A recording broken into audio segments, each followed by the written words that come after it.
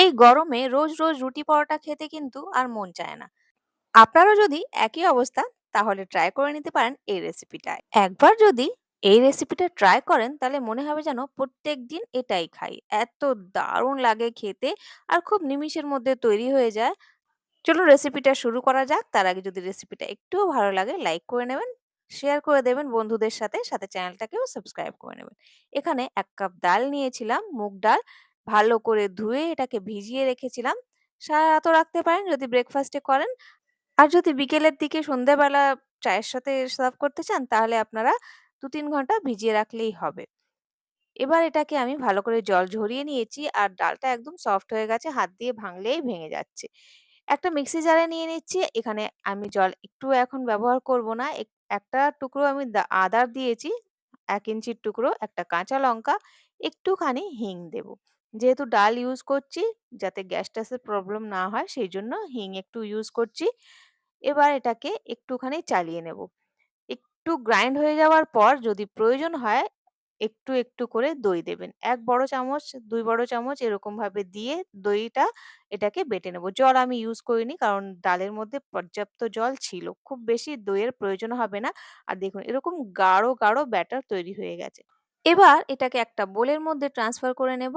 আর খুব বেশি পাতলাও করব না, খুব বেশি গাঢ় থাকবে না। এখন যে যতটা থিক আছে আমরা এটাকে আরেকটু পাতলা করে নেব, তবে এখন নয়। আগে ভালো করে ফেটিয়ে নিতে হবে, যাতে এটা একটু ফ্লাফি হয়ে যায়। এখনই যদি জল দিয়ে দেন ভালো করে, এটা কিন্তু ফুলবে না। এরপর আমি হাফ বাটির মতন দিয়ে দিয়েছি সুজি। একটু যখন ফ্লাফি হয়ে গেছে তখন সুজি অ্যাড করেছি, আর এরপর হাফ বাটি আমি দই দিলাম। তো আগেও দই দই দিয়েছিলাম, আর এখনো দই দিয়েছি। যদি প্রয়োজন হয় আর ১ চামচ দিতে পারেন। তবে এটা অনেকটাই ফ্লাফি হয়ে গেছে, আর প্রয়োজন নেই। আর এখানে দিয়ে দিলাম ১ চামচের ৪ ভাগের ১ ভাগ হলুদের গুঁড়ো, আর ১ চামচের ৪ ভাগের ১ ভাগ জিরে। এখানে নুন দিয়েছি স্বাদ অনুযায়ী, আর ভালো করে আবারও একটু ফেটিয়ে নেব। দেখুন সুজি দেওয়ার পর আরো একটু গাঢ় হয়ে গেছে, তো আমি আরেকটুখানি দই দিয়ে এটাকে ভালো করে করে নিলাম, যাতে খুব বেশি গাঢ় না থাকে, একদম ঠিক। এরপর এখানে আমি 1/4 চা চামচের মতন দিয়ে দিয়েছি বেকিং সোডা। দিয়ে ভালো করে কাট অ্যান্ড ফোল্ড মেথডে এইভাবে মিক্স করে নিতে হবে।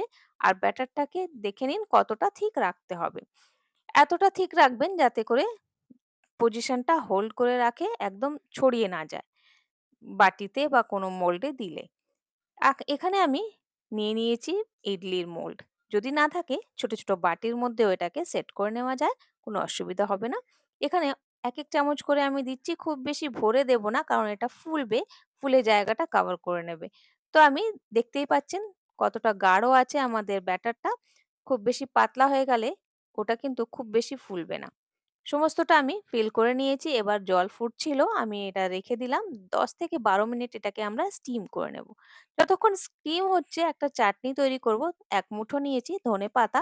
তার সাথে নিয়ে নেব একটুখানি, ১ মুঠোর থেকে একটু কম নিয়ে নিয়েছি এখানে পুদিনা পাতা, একটা কাঁচা লঙ্কা, ২-৩ টে নিয়ে নিয়েছি এখানে রসুনের কোয়া, একটুখানি টুকরো নিয়েছি আদা, আর দিয়ে দেবো নুন। দিয়ে ভালো করে এটাকে চাটনি তৈরি করে নেব। এরই মধ্যে আমাদের ইডলিগুলো হয়ে গেছে। দেখুন কি সুন্দর লাগছে না দেখতে? আমি একটা ভেঙে দেখিয়ে দিচ্ছি। কি সুন্দর ফ্লাফি হয়েছে, আর ভেতরটা একদম জালিদার। এরকমই আমাদের করতে হবে। জালিটা যদি তৈরি হয় তাহলেই কিন্তু সবকিছুকে অ্যাবজর্ব করতে পারবে যখন আমরা এটাকে ডিপ করব। তো এগুলো হয়ে গেছে আমার এক ব্যাচ, আমি তুলে রাখলাম। অন্য ব্যাচটা আবার বসিয়ে দিলাম। এবার একটা নিয়ে নিচ্ছি বোল। এটার মধ্যে ৩-৪ হাতা এরকম আমি ঠিক দই নিয়ে নিয়েছি। এই দইয়ের মধ্যে আমি নিয়ে নেব সেই যে চাটনি তৈরি করে রেখেছিলাম। যতটা প্রয়োজন ততটা আপনারা দই নেবেন। আর চাটনিটা দিয়ে দিয়েছি। ২-৩ বড় চামচ দিয়ে দিলেই হবে। খুব বেশি এখন আমি দিচ্ছি না। দেওয়ার পর এটার মধ্যে দিয়ে দেবো আমি একটুখানি জিরে গুঁড়ো, আর একটুখানি চাট মসলা। টেস্ট অনুযায়ী দেবেন। আর একটুখানি দিয়ে দিয়েছি এখানে বিট নুন। দিয়ে ভালো করে ফেটিয়ে নেব। আর ফেটিয়ে নিয়ে ১ম এ ফেটিয়ে নেব, তারপরে এটার মধ্যে জল দেব। এটাকে একটু পাতলা করে নেব, যাতে করে ইডলিগুলো না এটা উম মানে সোক করতে পারে। ভালো করে ভেতর পর্যন্ত না গেলে কিন্তু ভেতর পর্যন্ত রসালো হবে না, খেতে ভালো লাগবে না। ভালো করে ফেটিয়ে নেওয়ার পর এটার মধ্যে এই বড়াগুলোকে দিয়ে ছেড়ে দেব ইডলিগুলোকে। তারপরে এটা আপনারা ফ্রিজে রেখে দিতে পারেন। সঙ্গেও যদি খেতে চান খেতে পারেন। তবে ০.৫ ঘন্টা ১ ঘন্টা একটু রেখে দিলে অ্যাবসর্ব করবে দইটা, তখন খেতে দারুণ লাগে। একটু ফুলে ফেঁপে উঠবে, তখন খেতে দারুণ লাগবে।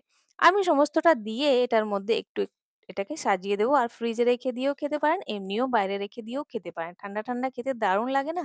একটু চাটনি উপর থেকে দিয়ে দিলাম, আর একটু লঙ্কা কুচি দিয়ে দিলাম, লাল লঙ্কা। আর এখানে একটুখানি ভুজিয়া। ভুজিয়াটা কিন্তু যখন সার্ভ করবেন তখনই দেবেন, নাহলে সগি হয়ে যাবে। ব্যাস এইভাবে আমাদের ব্রেকফাস্ট বলুন অথবা সন্ধ্যেবেলার নাস্তা তৈরি হয়ে গেল। আর দারুণ লাগে খেতে। একবার হলেও এটা ট্রাই করে দেখতে পারেন। আশা করছি আপনাদের খুবই পছন্দ হবে। যদি পছন্দ হয় একটা লাইক অবশ্যই করবেন। সাথে চ্যানেলটাকে সাবস্ক্রাইব করে নিতে পারেন আগেও এই ধরনের রেসিপি দেখার জন্য। আর এখানে আমি একটা ভেঙেও দেখিয়ে দিচ্ছি। কিছুক্ষণ আমি রেখে দিয়েছিলাম, এটা সোক হয়ে গেছে।